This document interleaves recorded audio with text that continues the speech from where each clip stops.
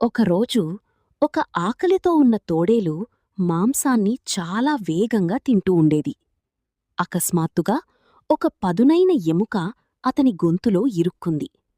తోడేలు తీవ్రమైన నొప్పితో బాధపడింది. అది మింగలేకపోయింది, సరిగా ఊపిరి కూడా తీసుకోలేకపోయింది. అది అడవిలో చుట్టూ తిరుగుతూ ఇతర జంతువుల దగ్గర సహాయం అడిగింది. దయచేసి నా గొంతులో ఉన్న ఈ ఎముకను తీసేయండి అని తోడేలు వేడుకుంది. నేను మీకు పెద్ద బహుమతి ఇస్తాను. కాని చాలా జంతువులు తోడేలను భయపడి సహాయం చెయ్యడానికి నిరాకరించాయి. చివరికి ఒక దయగల కొంగ సహాయం చెయ్యడానికి ముందుకొచ్చింది. ఆ కొంగకు పొడవైన, సన్నని ముక్కు ఉంది. అది జాగ్రత్తగా తన ముక్కును తోడేలు నోటిలో పెట్టి గొంతులో ఇరుక్కున్న ఎముకను నెమ్మదిగా బయటకు తీసింది.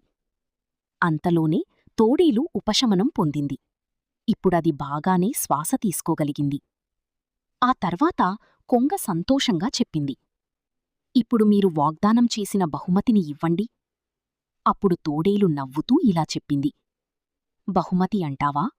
నువ్వు ఒక తోడేలు నోటిలో తలను పెట్టికూడా ప్రాణాలతో బయటకు వచ్చావు. అదే నీకు బహుమతి.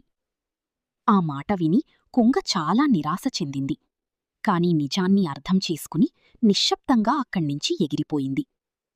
మోరల్: చెడువారిపై కృతజ్ఞత ఆశించకూడదు.